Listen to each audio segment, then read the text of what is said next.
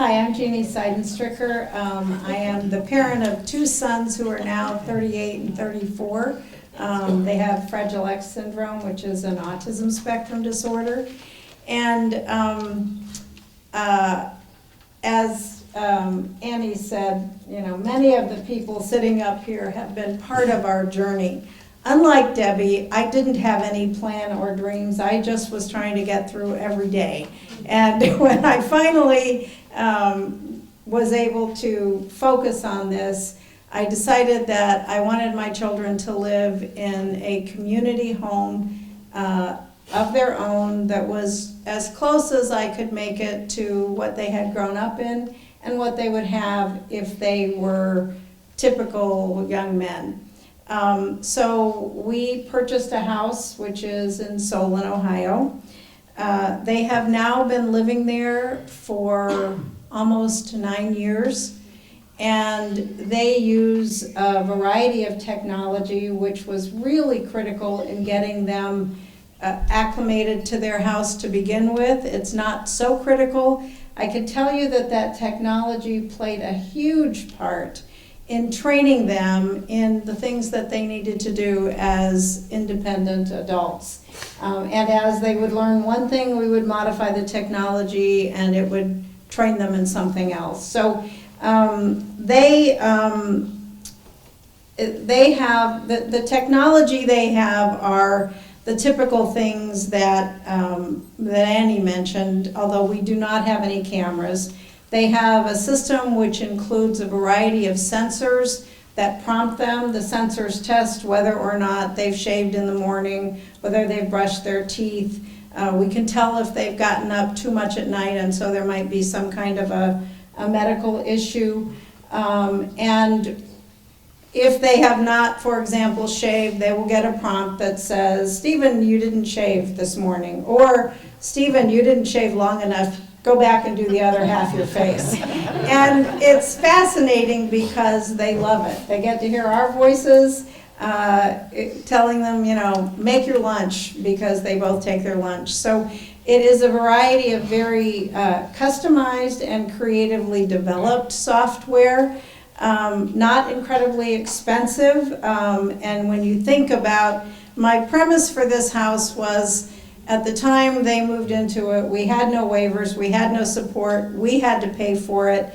And so the objective was, how can we use as much technology, which is a one-time cost, and minimize the cost for 24/7 caregivers.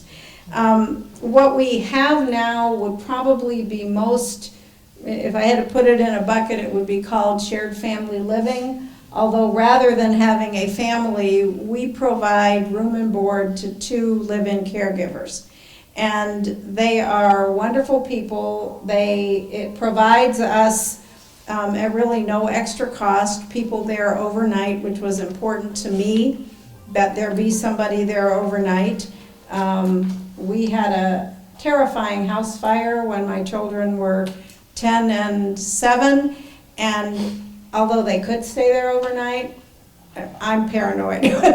So really it's of no extra cost. The additional cost to us for having these 2 people live in the house is really the food that they eat, which is certainly not significant.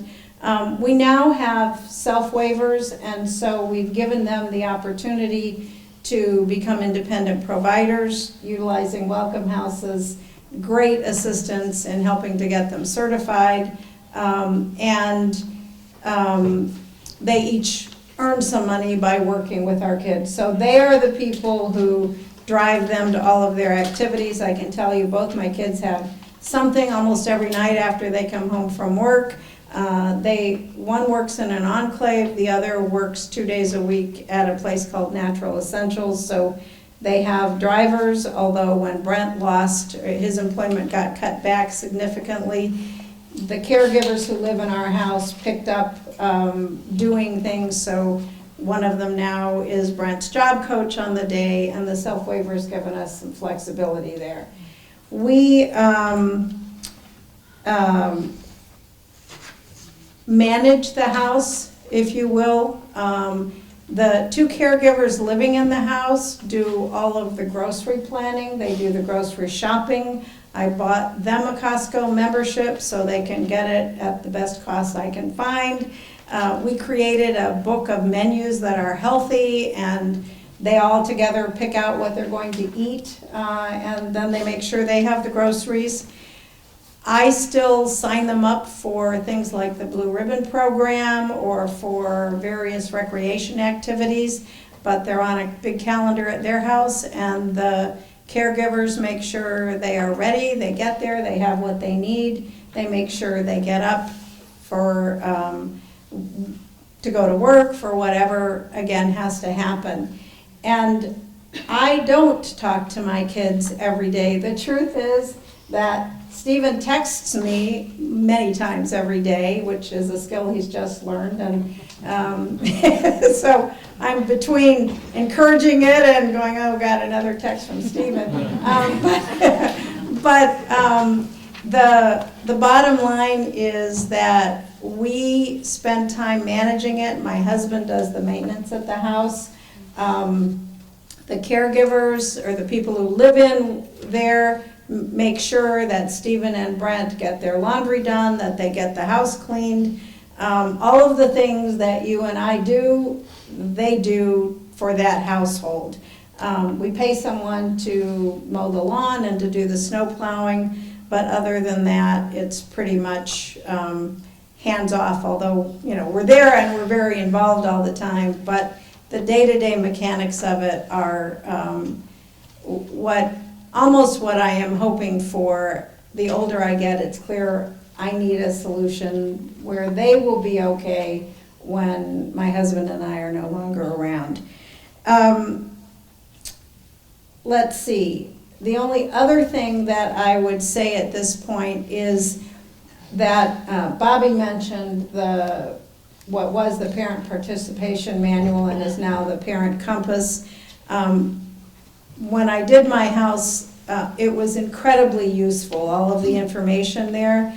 And so my house was part of a grant and a project that I got, and we also developed a manual. And our manual takes kind of the setting up your house using the information in the Parent Compass Manual, but it has a lot of practical tips. That manual is available to all of you on the LEAP website, and it's free. Again, we just want people to know it. There's a little paper with their website on my table out there, but you will, if you just go to the LEAP, L-E-A-P info.org, you will find that as well as other information. Thank you, Jeanne.